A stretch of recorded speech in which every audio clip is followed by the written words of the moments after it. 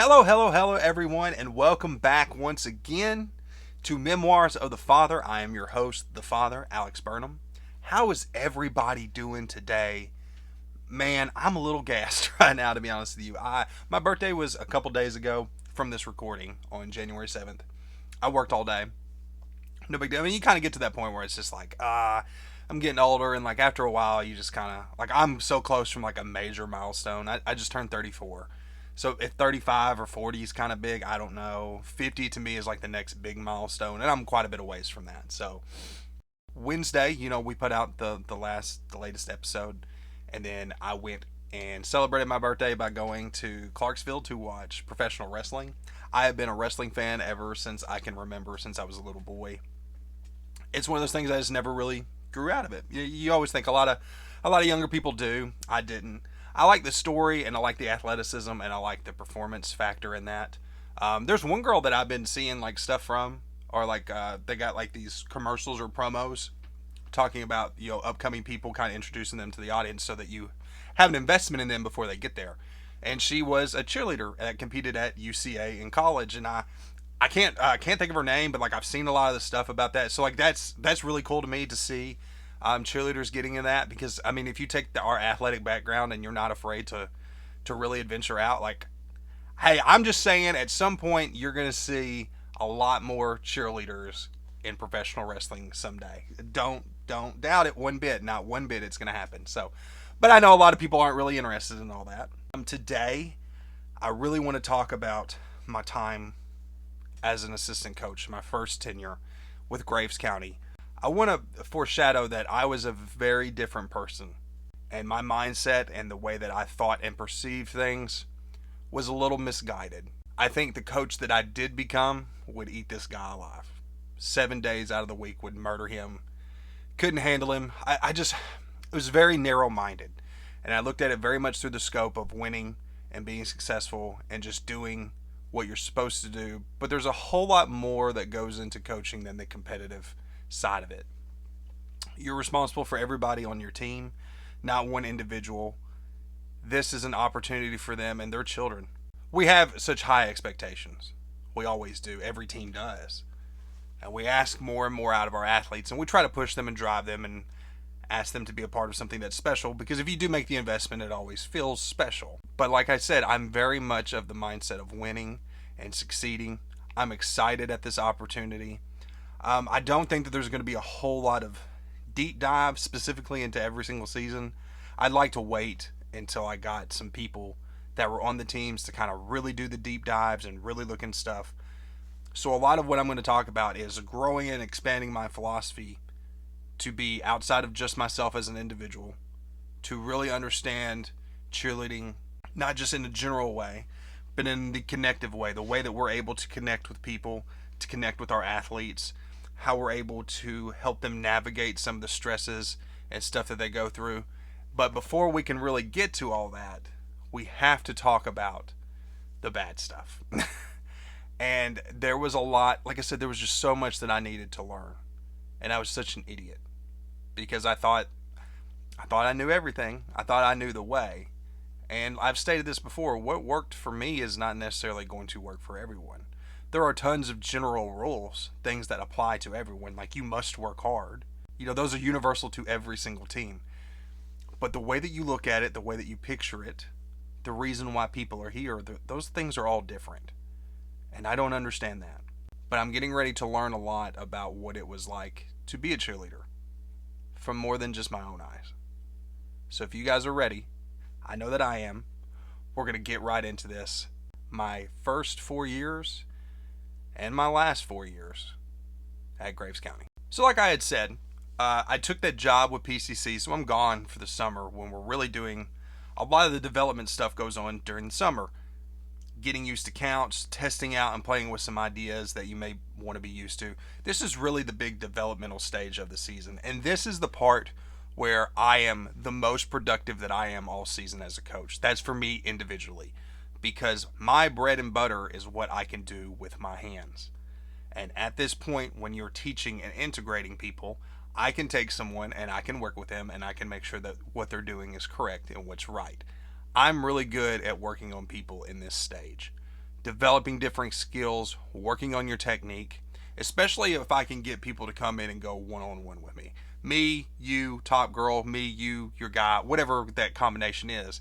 And I really get a chance to iron out, do stuff with you, do stuff with them, and I can really break that down. That is 100% my bread and butter.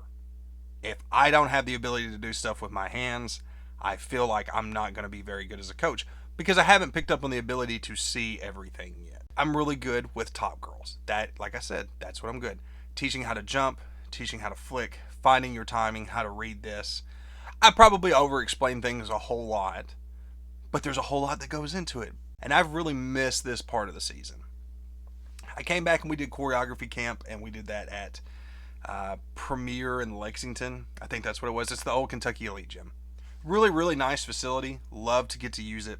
And kind of the general thought here was we were going to be taking a step back. Our stunt difficulty was not going to be as good. We had graduated a pretty good class, and the people that were in that class were also some of your most talented, most gifted people that we had. I mean, almost every single person that was in a stunt sequence the year before, except for maybe one guy, was returning. So there was a whole lot to look at from that point. But the girls were pretty well developed. We had Megan and Mackenzie and Abby and Annalise. They had all flown that year before and been involved in some stuff. So, like, really where these girls are going to be at is not necessarily... They're going to be at a level beyond where these guys are at, realistically, at the beginning of the year. A lot of teaching is going to be more on them. And I'm good working with guys, but obviously I can't stunt with a guy. I mean, I could. I'm not going to. So I'm not going to be able to recognize and feel things out for them. They're going to have to do that through the girls. And that's one of the reasons why I over-explain things a lot. I'm telling you this, this, and this so that you know when someone else does that, you can help them make this correction. It's not about just doing the skill with you. It's not about just teaching you the skill. If I teach it to you and you don't know how to work on it and progress it and perfect it and to pass it on to other people, then the only person that you're going to be able to do the skill with is me. You have to learn those things. So a lot of this season is a lot of the girls really having to help and develop guys. We only have 3 seniors. All 3 of them are guys. And one of them doesn't get utilized in a whole lot of stuff because he just struggled. He didn't listen very well. He was very disruptive. I mean, he came, he showed up, and he tried. But I think it was just that he tried too much. And not just from a skills perspective. He tried to over-impress people. He was always trying to show out and get attention.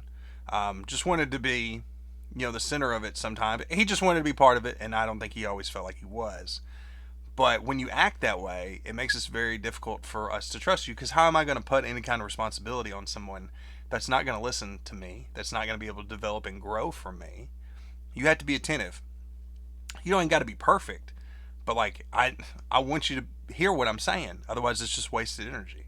If I'm sitting there and I'm talking to you and I'm going over this, if I interrupt whatever you're doing to give you some advice, please take it, because it might be something that you really need.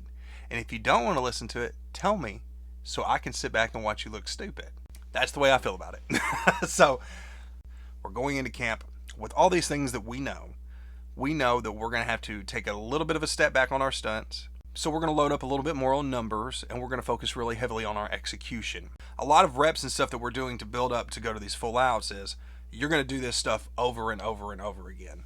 And I mean under the highest standards, not just you hit it. Oh, the guy took a step, you're doing it again. Her high V wasn't on the right count, you're doing it again. We didn't like the way that cradle looked, you're doing it again. Over and over and over. Really driving home the idea of being perfect, being rock solid, planting your feet in the ground, the timing, all that, because we understand that we're going to need to be better and much higher at that level than we've ever been, to account for the fact that we're not going to have some of the difficulty that we did. A lot of this routine was put together in a very creative way. Once again, that was to mask a lot of not having certain levels of difficulty. So we're going to have creative transitions. We're really going to load up on our pyramids and stuff where we can work together as a group and be creative there. Lots of level changes, unique tumbling passes, unique combinations of formations and stuff like that. All that stuff we're trying to be a little different, a little bit more creative, really up the pace, and get a little bit more in these other areas to kind of counteract something that's traditionally been a staple of ours. A lot of my first year, I'm very green. I'm not very overgoing after this point. It's just working on the technique of the stunts that go throughout the routine, which at this point, I'm not there every single day. When I came home from doing PCC, I took a job there, working for them at Universal Gymnastics, that's in Murray. And I was working with their all-star teams. I'm a full-time student still. The only thing I'm not doing is cheering in college anymore. I decided that that was just not something that I wanted to do.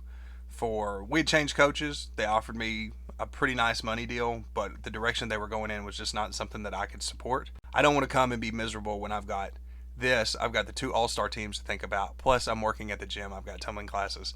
Plus, I'm a full-time student. So I'm kind of very much spread thin throughout a lot of this. And a lot of this is just being really quiet. I'm not really involved in the process. So when we come to practice, I don't know what's going on. I don't have conversations about the routine. I don't have conversations with the coach about the difficulty, anything. It's just every day I show up and whatever he tells me to do, I try to do it then. I don't know if we're just going to work on full outs. I don't know if we're just going to do pieces. I don't know anything. Which I just always kind of thought, it's green. Learn, pay attention, and you'll pick up what are the things that he's focusing on. What are the things that he's really highlighting? When we're going through at this point in the season, what are the things that he's really picking on, highlighting the importance of getting these down pat and understanding how to grow and how to build a routine, because it's really simple for an individual to do it, but when you have to think of the whole thing, because he's understanding elements about this that I don't understand yet. The elements of the score sheet, how these things are going to fit into this, what's important, what are things that we absolutely have to salvage, what are some areas that we could live to make changes to or additions to, all that stuff, understanding the way that your routine fits the score sheet. And I did learn a tremendous amount about that my first year. Because like I said, it's just, I don't know. I'm trying to figure everything out on my own. I love John to death, and he's a fantastic coach. He is not the most personable person in the world. And we didn't have really great communication when we were together throughout any of the 4 years.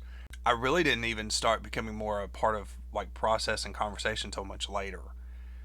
And that's probably going to lead to some problems, and we'll get into that when the time comes. But I was just learning a lot from paying attention, from being observant. And that was another thing that I was really good at. I can learn from other people's mistakes. I can learn from other people's lessons. I just have to take the time to watch and appreciate and understand and put it together with some common sense and some rationale. Why are these things doing that? When seeing score sheets and started seeing changes in our scores between competitions, really started to add a lot of that to me. I'm kind of stretched thin. I'm not overly involved in a lot of stuff. I practice with them twice a week. We're not doing a lot of extra stunning. I just don't have the time. And, when you're in the course of a routine, you can really only work on what you're working on because you're trying to build your conditioning. You might get a couple minutes to work on some kind of upgrade later, but you're pretty limited into what you're going to continue to do and will continue to grow on. So a lot of times when I would do open gyms all the time, I enjoyed coming into stunt, and I want to bring other people in with me, and we can start adding skills. Because you never know, maybe we end up getting some skills that something doesn't work out, we need to make an adaptation. And it's not just about that too, it's about just helping them grow, helping them be more prepared, more ready for any changes that we do make, more ready for whatever they're trying to do beyond this, getting to go to cheer in college. You have to have a wide set, and you have to work on it more than what you do in practice. Practice establishes your foundation, but what you do out of practice establishes your limitations. The days of just going to practice and being good, those are over with. You have to be willing to put in work outside of those scheduled hours to continue to grow and to continue to reach this level. I mean, the skill level is just too high. The demand and the expectations are too high. We're at a point where guys can't walk in brand new and learn these skills and be competitive in the same year. They have to step outside of practice and begin to expand. And the more time and the more energy and the more effort and the more ways that they're able to put that process together and make that connection, they will start to show result. Because when you go into practice and you're working on a routine, you're pretty much set in what you're doing. That's the foundation of what you're building off of. But if you're going to grow and you're going to expand beyond that, you have to take that extra time, because if you just follow the practice time, you're only going to utilize what you're working on. That expansion outside of this is essential at this point. And I'm not at a point now where I've got time to give them extra opportunity to come in and work on this and expand this. Now, a lot of the kids are doing it on their own. They'll go to open gyms at, the gymnastics place will have stuff, and they'll go out and do some stunts there. So there are people working on this stuff. But like I said, being able to open it up at the school, being able to work at a time that's best for everybody and not really having to plan around that, those things are stuff that I'll go on to do later on. I'm not getting an opportunity to do it now to make it as convenient as possible to get in the gym and work out on stuff. Because you also have to remember these kids are juggling on top of everything that we're asking them to do. They're juggling school. They may have jobs, responsibilities. There's a whole lot that goes into this than just the practice. For me, I was overly dedicated to this. This is all I wanted to do. But that's not like that for everybody.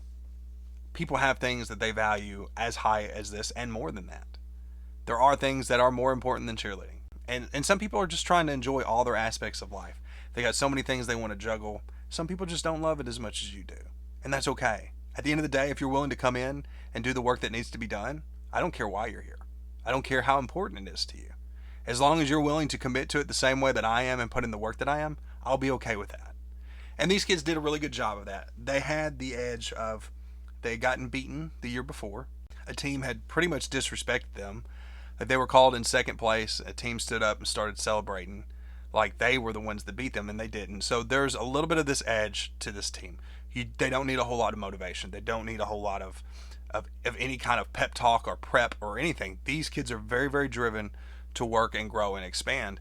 And that's exactly what they did throughout this whole season. Like I said, as far as like my years here, this was my best one. But it feels kind of funny because I know I wasn't like overly involved in a whole lot of things with this year. Not like I would be later on. Did I help with the process? Absolutely. I'm sure that I did. But like I said, a lot of this was just me green, me learning, me developing a lot of things. We won the Bluegrass Regionals, so we had one mistake there. We did the Regionals in Memphis, or it's right outside of Memphis, like South Haven. We hit there. We won there.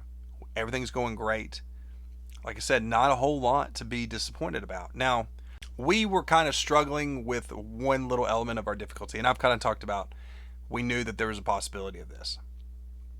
And we're in the large co-ed division. So at this time, doing 5 stunts was kind of like a big deal if you did 5 stunts in one sequence. And Super Elite was like toss, lib, and up at that time. So we were like, well, let's do a toss lib.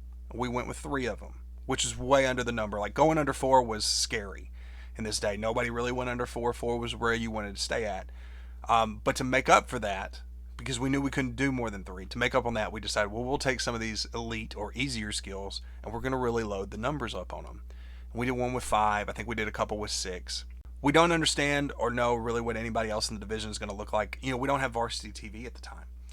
So there's no, unless someone films it, and the tape trading business was off the chain in these days. Boy, I was making money hand over fist, filming routines and sending them out. Buddy, varsity TV took that cash cow away from me. So unless we came across somebody who had a video, we really didn't know a whole lot about any of these teams until we got to nationals. When we're at nationals, the practices are really good, the football field, all that stuff. I mean, like I'm telling you, this team moved and operated really smoothly. I felt super comfortable, super confident in them and everything that we were going to do. They were very consistent. They were very focused, very prepared. And it was weird because it was a young team in a lot of ways. I mean, we only had 3 seniors. I think we only had 4 juniors. So this is a pretty young group to be very composed and be very focused. And I think it says a lot about the way everything was ran, the way that we put our focus, and the way that the kids were prepared for the moment too. It seemed, I don't want to say easy, because I'm sure it wasn't easy. But for kids that were that young, they felt like they were operating at a veteran-like level. I understand we don't have the difficulty, but the composure, the way to control your emotions, all that stuff was fantastic. These kids did an excellent job. The day of nationals was scary. This sucked. We had Rayburn, who was a senior. We got a freshman on the team named Joe, and he's terrified of spiders. Terrified. And like I said, Rayburn is that senior who tried a little too hard and wanted to do too much to impress people. And he pulls out this big rubber spider, and he's going to scare Joe at the condo. And Joe freaks out, doesn't realize it's just a big rubber spider, takes off running, shatters a glass door, runs right through it. $600 door. We just demolished it. He's cut open. He needs to go get stitches. And we have finals in 4 hours. And I wish to God that I could have heard the conversation that happened between him and John, because there's no world where I don't think that he doesn't just get it handed to him. I wanted to hear that so bad, because I wanted to hear it. And the scary part about this Nationals was that we only had finals. Over the years, our division had started shrinking more and more and more, less teams, because it was difficult to get that number of guys, and it was difficult to get that number of guys and to be competitive with some of the top teams. There was us, Sun Prairie, Brother Martin. Those were really the big three of this time and that age. Consistently, those were the top three teams almost every single year in large co-ed. And it rarely fell outside of those three. So a lot of the people had left. They had made the super large, so teams were trying their luck there. They had made small co-ed Division 2 in addition to already having the traditional small co-ed. They just split it up. So some teams were feeling more comfortable because people were just having a hard time dealing with Blackman at the time and Sparkman. Those are the top two, and it would be a long time before someone not named Blackman or Sparkman won that division. A long time. So teams were willing to go and try out this other stuff if they had other opportunities to. Because like I said, on the flip side, it would have been us and Sun Prairie for the better part of the last decade. So teams were more willing to go and try these other things. And like I said, a lot of it has to do with getting guys. Because it's hard to keep guys, hard to maintain guys, hard to develop guys if you don't have the proper resources. So we were seeing our division shrink. And there might have been 8 teams, maybe. So they decided that we weren't going to have a prelims. It was going to be just finals. And if you've listened to my other videos, then you know that we use prelims as a way to establish getting to know the environment. And we don't have that now. And I understand these kids have demonstrated great composure, but this is a new environment. And I have to hope and pray that they're going to be fine. So there's a little bit of nerves, a whole lot going to this. It's one shot. It's do or die. There is no tomorrow. There is no none of that. The next time I see Joe is when we're at the arena. And Joe has had stitches put in his head, and he's got his head wrapped up, and he's got a NOS energy drink, and he doesn't look like he knows what day of the week it is, let alone he's gone. But he's like, hey, I can do it. Hey, there's, concussion protocol doesn't exist at this time, baby. He says he can do it. We're got to let him do it. That's just the way that it was. The performance was fantastic up until a certain point. Like I said, we were finding out throughout the course of that week and going into this competition that a lot of the teams were in the same position that we were. A lot of people were taking a step back. A lot of people were in a rebuilding stage, and there was going to be a shift after this, and we'll talk about that in a second. But things were starting to change, and we were all in the midst of a big rebuilding year. And we were looking pretty good in comparison. Our execution was fantastic. Like I said, we came out there. The first half is great. The only thing that's wrong is Joe throws his tumbling pass like a whole 8 count early. But you know what? After all he had been through, I think we were going to live with that on that day. We're doing really, really well. The cheer is great. Do the same cheer that we've been doing for forever. The GCHS, blue, white, blue, white. They do a really, really good job. A lot of things about this routine were fantastic. Now we get to the part where we're doing the 6 stunts. And I go back to Sean. And he misses his lib and it falls. Which is, from my perspective only, I think it kind of took the wind out of my sails very quickly. The rest of the routine was great. But I've lived on this foundation, as we've talked about before, that you have to hit in order to win. And we did not hit. So that kind of hurts. My immediate thought is going to, did we do enough? And, we watched the video back there. We're waiting. We had the same conversation because we really don't know. A lot of people did not hit. Some of the ones that they did probably didn't have a great chance of winning. I mean, there was a whole lot of uncertainty. There was not the same level of confidence that I had. Or, when we lost in 2008, I knew that we lost because they told us. And in 2009, I felt pretty comfortable that we won because we were the only team that hit. That was, we were in second place before finals, and we hit. The team that beat us didn't. So a lot to feel really good about. This one is uncertainty. We don't have prelim scores to look at to get an idea of where we might fall or where everybody else is going to place. We don't have anything. We're blind. Going into awards, it kind of went exactly how we thought it would be for the most part. We were kind of waiting to hear our name a lot more towards the end than anything. When we get down, I think Brother Martin was probably the team we were most concerned about. They seemed like they were taking a step back from the year before, but it didn't seem as drastic as what a lot of the other ones were going through. I guess they had some mistakes. They got 4th place. Sun Prairie got third. And I'm like, well, who's left? And there's this team, Blue Springs. I'd heard about them some. I learned a whole lot more about them after this, I promise you that. But this was a team that, as these awards are happening and as teams are getting called, you can see a build in anticipation over there and excitement because they were achieving more than what they thought that they were going to achieve. And they look excited. They look happy every single time their name doesn't get called. They're like, oh, we're in the top 5. Now we're in the top 4. Now we're in the top 3. And then at this point, it's them and us.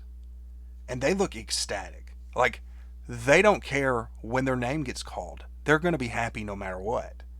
And then you look at us, and we don't look like that. Blue Springs hit their routine. We didn't. Our execution was a lot better on everything else outside of that drop than what they did. And our difficulty was a lot better. But keep in mind what I said.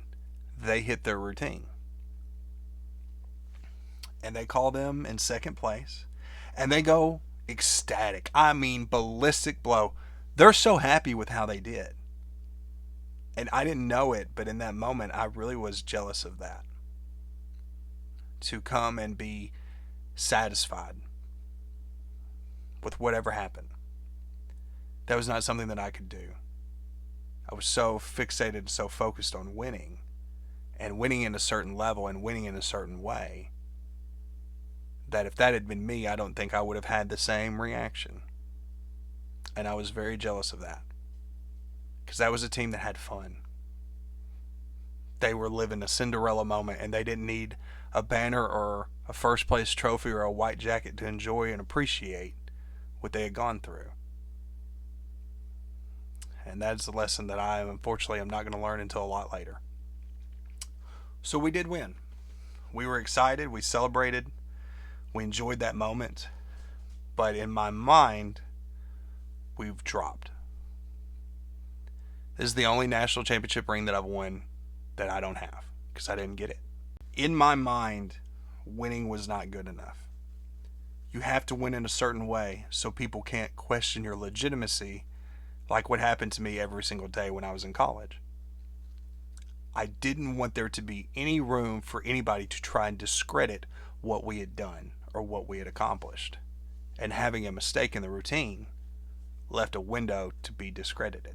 I'm very proud of the accomplishment. It is the only championship that I won there as an assistant coach, so I hate to spoil the rest of this video. Part of me just had a hard time really enjoying it, and that's not fair. It's not fair to the athletes or the kids that worked hard, that did what we asked them to do. You know, it was one mistake. A lot of people were going through some stuff, but to me, like I said, that was going to be a motivating factor going forward, is that we did not hit. You know, but winning with a mistake kind of reinforced an idea that went against the one that we always preached and the one that we always talked about. And to this day, every time that we've won a championship and did not hit, the next year is an absolute struggle. We go to state the week after this. We are getting paired up with the defending small co-ed Division II champions, and we are the defending large co-ed national champions. We're getting ready to go head-to-head. At the time, this was KPOS's last state. We didn't know that. So as you can probably tell, there's a lot of things that are getting ready to change, and it's going to build into the next season and kind of change the environment and the dynamic of how we have to prepare. So there will be a lot of that. But at this particular competition, the team that had won small nationals, they ran out a skybox for this event. It was at WKU Diddle Arena. This was the last state championship that was held here.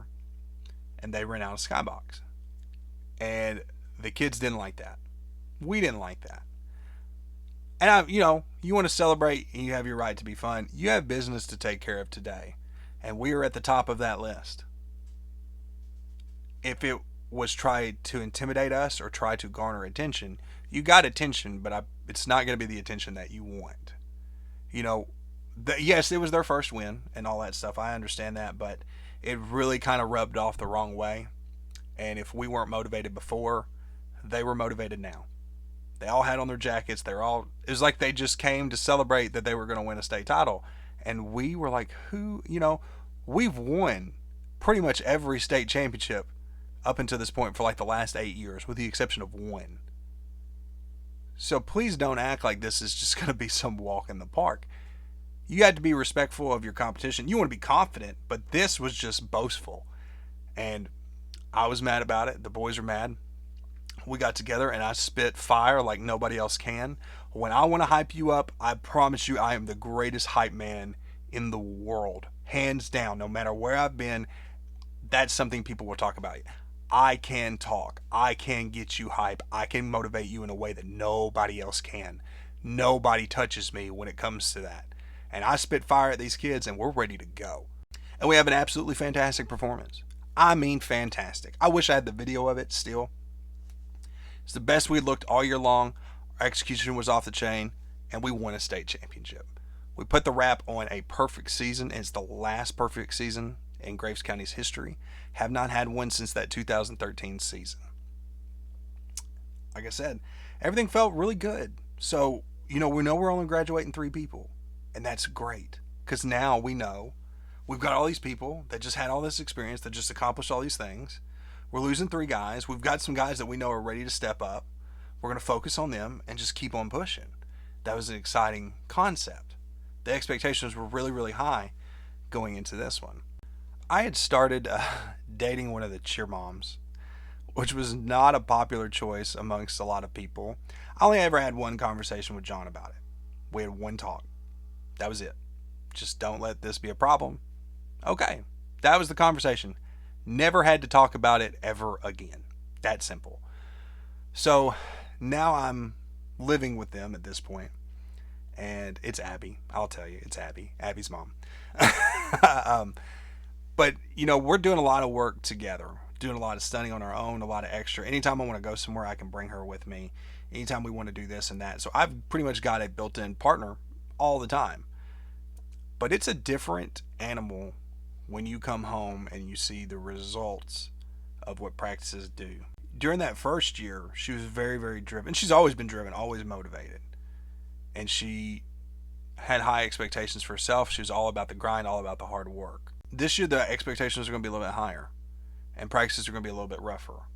Because this ended up being a very frustrating season. Because it just seemed like luck was just not on our side. It was literally a series of just unfortunate event after unfortunate event. And roadblock after roadblock. Large and super large are merging together, essentially.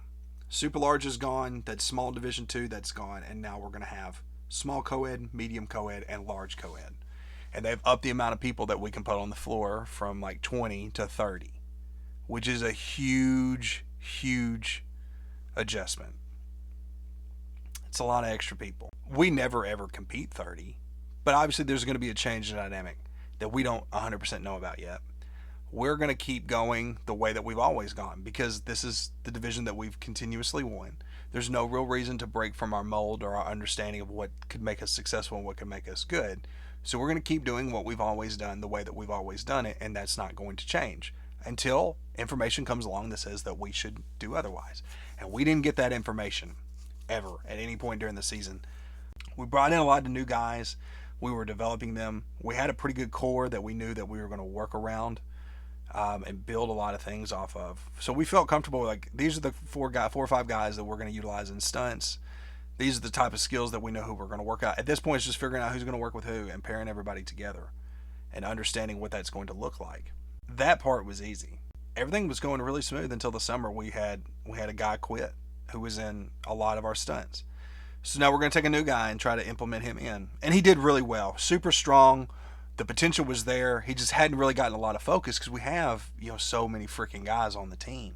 And we had a few girls for me to work on, a few girls for me to develop on, but not like a whole lot. So it was really easy to give him focus. And I took him, his name was Jonathan. Jonathan and me spent an awful lot of time together from the moment that we put him in to these stunts.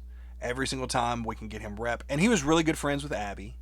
So it was not uncommon for us to get him over at the house and get him to work on these skills and just in the backyard, to get together at open gyms. Anytime we go somewhere, we'd reach out. And he was really good about engaging that and coming in and putting in the work and being very driven to be a part of this. He really wanted to. And I mean, when we first got him, we knew he was strong, but like he had no coordination or anything. And you can still kind of see that in his stunts in the beginning. He's just an absolute powerhouse. But it was a lot of teaching him that control and that technique, because when you're that strong, this stuff feels really easy. You don't have a problem with your top girl, what her weight is or what she does. You can just power through anything. So teaching him control, teaching him how to make this a part of himself, just making everything connect nice and smooth. You don't want to do too much. You should always have an idea of where her weight is, but it should always feel weightless at the same time. You're in total control of everything that you do. And a lot of building him up went into that. And I mean, he did really, really well this season. I was very proud of him. But Jonathan was one of those guys that was really kind of emerging, and he would play a big role later. We had Tellis, who was doing really good. He had been in the stunts the year before. He was young, but he was so talented, so driven, so dedicated to what he did. He really put a lot of focus into his craft. We had Mark and Sean, who were a little goofy, a little odd, a little, you get these guys and they get all huffy puffy when they drop stunts, like, and throw a fit, and you don't have to do all that. Sean did a lot of that. And Mark, at times, just didn't seem, he was always just the jokey guy, but he had developed to a point where we thought he was someone we could depend on. And he proved himself to be that. But it got in his own way a lot of the times, goofing off, not taking things seriously. So yeah, like I said, we pretty much knew who we were going to build off, and we had Jake. Stretch Armstrong, his last name was Strong. We called him Non-Strong or Stretch Armstrong, because he would like overextend his arms, like overlock out to the point where he looked like he was just like shoving people away from him when he was doing stunts, like the stretchy man. I was like, bro, that's got to be, I mean, I lock out my arms on certain stunts, but I don't feel comfortable with a full lock and just putting that weight on my shoulders and on my traps. I like to have a little bit of bend. I've got good arms. I've got good muscles. I want to have some control. I want my body to do a bulk of it, but I want to feel like I can control and expand everything. And I don't feel the most comfortable when I'm locked out. And he didn't look like he did either. So those are some of the adjustments that we make. You know, we're going through these changes. Some things are not clicking. Some chemistry issues. It seems like we're struggling with some stuff a lot. And like I said, a lot of it is just, we've taken a lot of those new people and put them in much heavier and higher roles. And I don't really understand that. I'm very aggressive because I want to win. And I at this time don't feel like they have that motivation. And I don't see it 100%. This is a lesson that I kind of have to learn the hard way, because things develop. There is a process, not just to developing an individual, but into developing a team. And just because it doesn't look that way at this point, when it has before, doesn't change.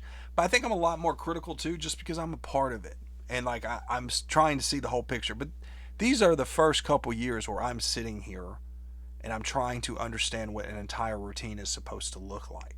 I know what it looks like through my eyes when I'm on the floor and when I'm doing what I'm supposed to do. But watching the full picture grow and develop, and like I said, the year before I wasn't at as many practices.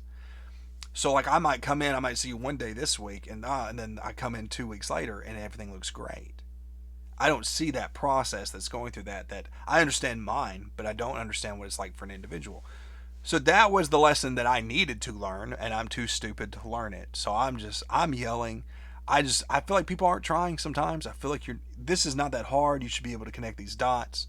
We've got all these talented people, and I'm just really bullheaded about it. You know, and I think that in turn that makes me someone that people don't want to go to for advice.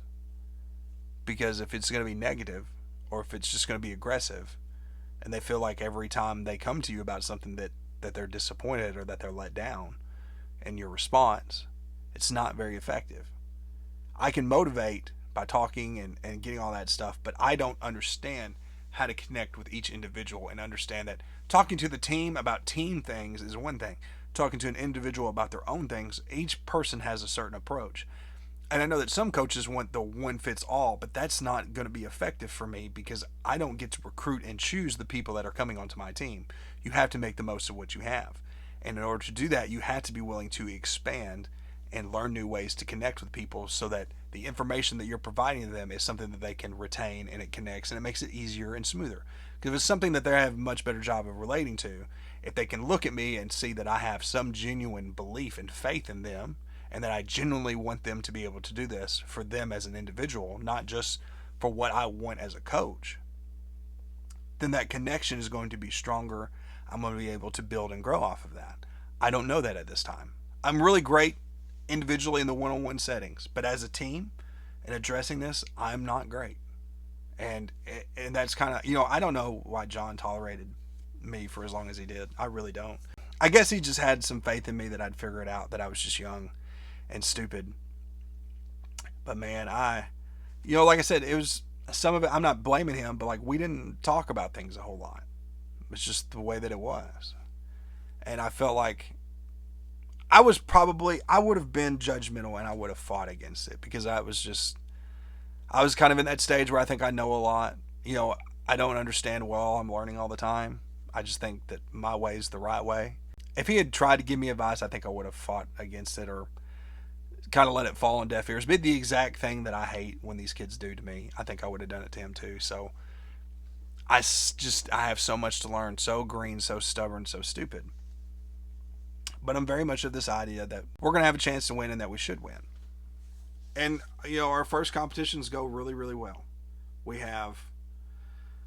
did the one in Memphis, and we hit, and we were competing against the defending super large. They weren't defending anymore because super large is gone.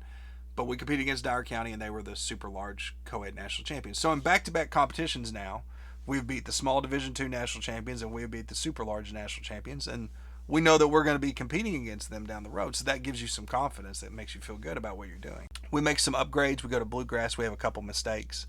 We weren't competing against anybody there, so there was not like anything crazy. We knew that there was probably going to be some mistakes. They had 4 days to work on it before we put it in the routine and competed it. We live with that. Once again, varsity is not being recorded or anything, so we have nothing to lose competing here. Now, we go to the very first ever KHSAAA.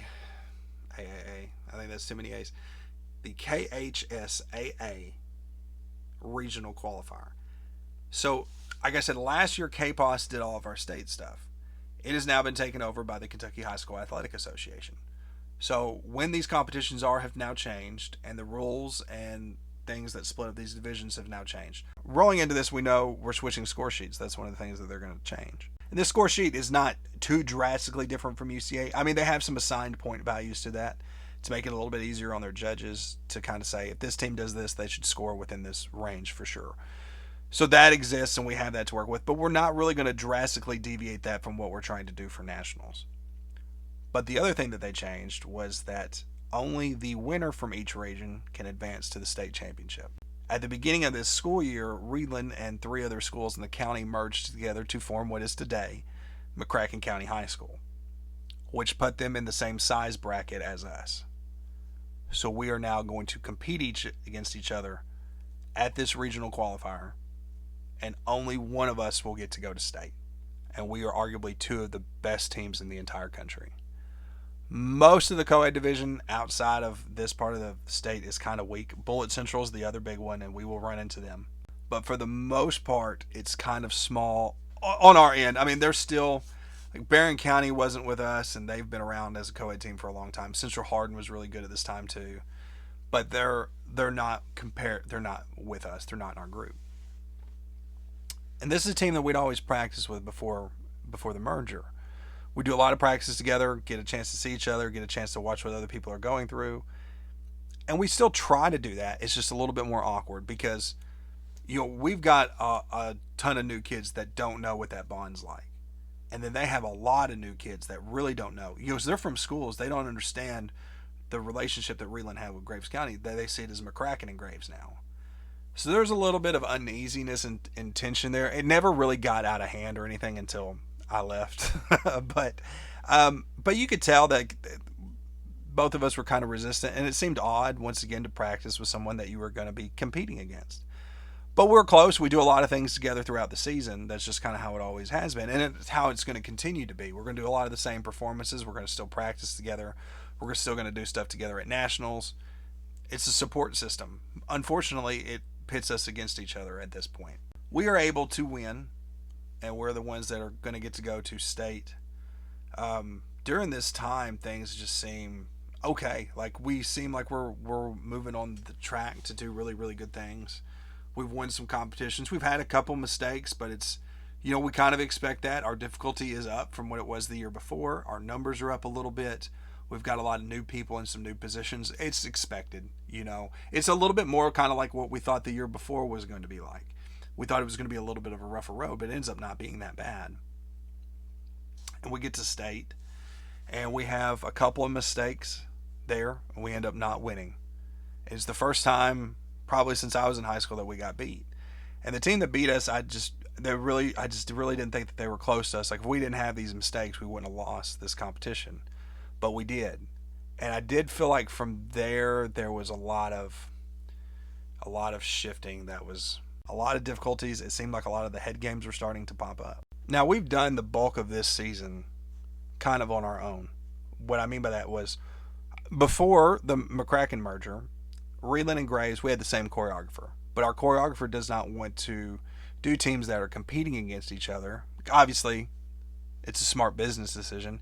You don't want people to think that you gave the other team the better routine on purpose. You know what I'm saying? Like, it's logical. It makes smart sense, even though it's not something that he would have done because it's not good for business to have team. It's just not. It's not something he would have done, but he went ahead and made that decision just to save himself face and save himself value. But he ended up going with them because they were willing to pay a lot more money. We were at a point where we were struggling financially. Our fundraising was not great. A lot of things didn't look good. Like it was questionable if we were going to make the money to go to nationals. We were pushing it really bad this year. Then we're coming off the mistakes at state as well, and we're going to make some shifts in our routine. And we don't have an official choreographer, so we're doing a lot of this on our own for the first time. And when I say we, I mean John, because he's not including me into a lot of this. I mean, at this point, he's asking me a little bit more like, hey, do you like this? What do you think about that? Some small things, just getting my general opinion on something, if I'm okay with it. For the most part, he's working out this process on his own or in his own way. And we're making a lot of really drastic changes. Some of the people are struggling with some of the changes. I mean, it was a little rough there for a while. And when we finally seemed like we were getting some momentum in January is when Megan got hurt. And this was big time bad. We'd had a performance, and I don't think the performance was bad. I don't really recall it. But it was at the high school in between basketball games, and she didn't throw her full, which I don't know why. It was probably just something. She always threw her full. It wasn't a big deal to me. It was just a performance. But I think she was a little embarrassed that people seen her not throw it, and she thought that it would bother people. So she was going to throw it again. Well, the boys were rolling up the mats, and it's really loud to hear. You can't always, if you don't communicate in these situations, we're trying to roll up so the basketball games can keep going. Well, she goes to throw her full while the boys are rolling the mat up. And she doesn't land well and breaks her foot. So here we are about 3 weeks out from nationals, and we're having to rework things because she's a big part of our routine. She's in both of our pyramids. She's in all the stunt sequences. And we're having to make changes and adjustments. Luckily, John turned to me, he asked me, he was like, can Abby do this pyramid? And I said, yeah, she can do it. And I know she can do it because I've been working on her with it. I didn't ever have a problem working with her on it. I didn't think that she would get into it unless something happened. It just was convenient that I worked on it. But she just wanted to try it. I thought there was a good chance she was going to get a chance to be in pyramids the next year, she was going to be a senior. Both Megan and Mackenzie had pretty much been in all the pyramids for years because they had been around for a long time. They were trusted. There's no reason to change it if you know you can rely on them to do it every single year. It's easy money. You've got stuff. So we were just playing with it, just trying to give her experience, and she stepped into it, did really, really well. We ended up, our stunts went down from 5 to 4 in the opening in our best stunt. I think about a week later, Megan had said that our doctor had cleared her. She lied. I have no problem saying that. She told us about it. She came clean. When there was no way we could do anything about it, she came clean about it. But yeah. She went ahead and did it, and we didn't put her in as much. I think we just kind of tried. I think she stayed in one pyramid. We put her in a couple stunts that were easier, that we thought would keep the pressure off that foot, and with guys that we knew we could trust and take care of her. We look rough. You can tell that we're not gelling very well together. I'm very frustrated because at this point I'm like, I don't know how we're gonna do. I don't know how this is gonna work out, and my tensions are really high. I'm stressed out. All this stuff has been going on. There's a lot of pressure in my mind to win and to do well. I know that our competition is going to be much better this year. We've seen a lot more of what we're going to go up against. Of course, we had seen Dyer County. We had seen New Oxford was really making a lot of steam at that time. So we knew that the competition was going to be a lot better than it was the year before. Now, as we get close to nationals, we have some inclement weather coming in. They're projecting like an ice storm. So we go ahead and start getting out of town early. We go up to Memphis because we're going to fly out of there. And we practice at Memphis Elite. We have a really good practice. We went back to the hotel. And then the boys did something stupid. Across the road from our hotel is a PetSmart. And Sean and Mark decide to go to PetSmart and buy hamsters. They buy a cage, bedding, hamsters, food, everything. Everything that you need to take care of a hamster. We're flying on a plane the next day. And there's no time to take them back to PetSmart. Like, we have to get up so early in the morning. We got very fortunate that some lady at the front desk was willing to take these hamsters for her little kids. Man, I was irritated by that. Just goofing off like that. It was stupid. It was childish. You know, they're kids. Kids do dumb things. But this was pretty stupid, right? Like, you clearly not thinking. And I don't like people being mean to animals, so I'm pissed off about this. We get down to Florida. Our practices are not good. We're not doing great. We were going and practicing with Dr. Phillips at the time. That's in Orlando. They had won. I think they were probably in small all-girl, and they had won several times. And they were nice enough to let us have a gym down there to practice and come practice with them and do some performances. I think it was like us.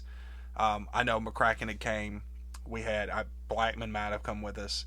Dr. Phillips obviously was there, and then Sebring High School would come as well. We get a chance to perform or practice there and have a full gym. We couldn't do baskets in the one room. The ceilings were just too small, but we would be able to tumble and do all of our stuff and get to do some quality full out reps. And man, we're struggling. And I'm like, this is nothing at this point is making me feel better about what we're trying to do. And once again, I don't know how to connect with people, so I'm just being rude. I'm just being an asshole. That's pretty much what it was. We are in the hotel. I think this is one of the first nights that we're down there. And Sean is complaining because we're not going to get enough time at Disney World. And I snap. And I tell him, like, you understand we still have work to do. Like, that's what we came here for. Like, we have work that needs to be done. I was like, you just need to shut your mouth and do what we need you to do. And I said it in a very nice way. I was not nice when I said that, but that's exactly what I said to him. And I got asked to leave the room because obviously that was very negative, and it just did. And me and John had a conversation about it, and he's like, I understand that you're frustrated, because he was frustrated too. It's been a long year, and a lot had gone on. I just was not reacting to it in a way that was going to be productive for the team, and it was more of a distraction than anything. So we had that conversation, and I'm like, okay, we just got to go there. At this point, there's nothing we can do. You know, we practice at the football field. We do all the things that we're supposed to. And it's just, like I said, I don't feel good about this at all. I have no confidence whatsoever going into this at all. You know, we go over to the competition that day. We do prelims first. We're fortunate enough to have a preliminary round. And we do terrible. Terrible. It is atrocious. I think we had 4 or 5 mistakes, major mistakes, pyramids, stunts. We look nothing like what we've ever looked like before. This is without a doubt probably the worst performance that they've had in almost a decade at Nationals. And we just got very, very fortunate that we just had a lot of difficulty in this routine. Because we ended up qualifying 6th out of, I think, only 8 people got in. We got in at 6. And tensions are pretty high that day. And I mean, I can see it everywhere. The parents have got a lot of tension. They're nervous, you know. And anytime the parents are around the kids, you know, parents can't stop but ask questions and nodle them and bug the crap out of them. And the coaches, too. Don't do that. Like, this is an important day. Just give us some space to kind of relax and breathe so we can stay focused so that we can keep doing what we need to do. I don't know what happened in finals, but somehow God opened up the light in the sky and said, today is the day, son. That's what happened. And if you watch it, I swear to God, I will never understand how they pulled this off. But they hit that routine. It's not the cleanest that we've ever done. Our pyramids were really clean. A lot of stuff was solid throughout of it. We were a little rough in the opening on that first stunt, but we got through it. Everything went well. Like I said, we hit the performance. And, you know, when we came off the mat and we're back there watching, the celebration is unbelievable because we had been through so much to get there. All of just, it seemed like bad luck, all the fighting, all the stress, and to be able to, and, you know, especially after what we did in prelims, it was terrible. Like, we were wondering if we were going to get in. And then to have that moment where we pull it off, where When everything said no, we decided we were going to say yes. It was an incredible feeling. Super proud, and I'm super happy that they got to have that performance. It was a lot of heart. When your back's against the wall, are you going to deliver? And everything up to that may be a struggle, but every single one of those things is preparing you for this exact moment. And in this moment, they proved that they were worthy to be in consideration to be a national champion. They did the awards. I don't remember anybody that came before us, but it came down to the final three. It was us, New Oxford, and Dyer County. We came in third place. We were 0.1 points behind New Oxford, who came in second. And they were 0.2 points behind Dyer County, that came in first place. That was how it ended. And it was one of those things where when we didn't look at the score sheets until we got back to the hotel room. But we kind of accepted that. We knew New Oxford was serious competition. Dyer County had done a lot of assisted stunts, so we didn't think as much about them, but it was the volume that they put up that we couldn't touch. We could out-execute them, and we could out-stunt them individually, but they were putting up 10 stunts, and we had 4 of our hardest skill. And when you look at it like that, that's not very comparative. But the score sheets indicated that we were pretty close. So maybe if she hadn't gotten hurt and we could have gone out there and done 5 of those stunts, maybe we could have won. And we sat there and we looked at those scores and we just laughed. We couldn't, after everything we went through and going out there and pulling out some miracle Hail Mary to come up that short, it was just, it was one of those things. We just sat there and we couldn't help but laugh at it. Like, we were so nervous and so anxiety ridden to be that close. After everything and feeling like it was a struggle, to have the knowledge that, like, we were on the right track. There's some things that we're going to have to change ultimately, but we were on the right track to get this job done. And, everything else kind of got in the way. I'm not making excuses. Those teams hit. They deserve to win. They deserve the placement that they got. We just decided we were going to take it as a lesson to learn from. We had a performance. We had something that we could be proud of, but we didn't win state and we didn't win nationals. And it's the first time that we hadn't won either in 10 years, since 2004. And that made me very miserable. I see a lot of value in myself in winning. There's an attachment there. And at this point, I'm starting to see that slip away. I'm not great as an individual, but every team and everything that I've been on and tried to aspire to has tried to aspire to be the best at whatever it is that they're trying to do. National champions, that's the goal. That's the expectation every single time. We're having great performances, stuff we can be proud of, but I can't. Not yet.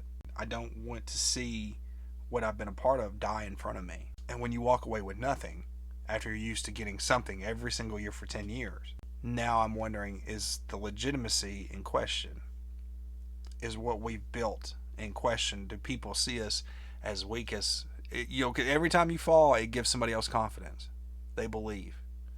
They've seen someone beat you, so they know there's a blueprint now on how to potentially be able to do it again. People understand what they have to do. It makes you vulnerable. And it makes people less worried about you, less intimidated about you. And that's part of the mental game. Being a juggernaut, being a powerhouse, being someone that wins all the time, people have a natural hesitation when they compete against you. And sometimes it's a motivator. It's very, very different. The people that are motivated and inspired by having that opportunity to go out there and compete against the best of the best, those teams love it, but those teams aren't going to view you that way anymore. Up until this point too, we'd always won back-to-back at minimum. When we won the first 2, those were back-to-back. Then there was a gap. Then we won 3 in a row. Then a gap. Then we win 1. And now we've just lost. So this is our first time that we haven't been able to string together multiple wins. That's sitting on me. All these things, all these metrics, the people wouldn't think about these things, but I think about them because, like I said, at the end of the day, it was all that I had ever known. People didn't value what I said. I thought those championships would give me validation that I'm doing what I'm supposed to do. They give me validation that I'm the one that's doing the job appropriately. And without those, do I have any validation at all? And we're not at the end of this story. We got a lot more to cover. My last 2 years at Graves County, but I feel like this is a pretty good place to cut it off. I'm going to rest up my body. I went and killed myself at the gym this morning, so I need to go take a shower. I'm going to kick back and relax and play some Marvel Rivals because I've been absolutely addicted to that game since it came out. But I hope that you saw a little bit more. I hope that you learned a little bit of something. It's about having an open mind and understanding. We're going to look more at my struggles and how all these things are kind of going to build up until a bowling point until I leave. And we will be able to cover the next 2 years with this on the next episode. And we will put a culmination on what that is. As we shift into my McCracken years, you're going to start to see me putting the puzzle together. But I'm going to do some more dumb stuff before we get the puzzle together. And I'm going to have a lot to learn about having to connect with people and about what it really means to be a part of a team, what it really means to be a coach, and what it really means to be a representative of something that you can be proud of, something that you can respect. But my mind is still going to struggle, and it's still going to fight, and it's still going to have its wants and desires.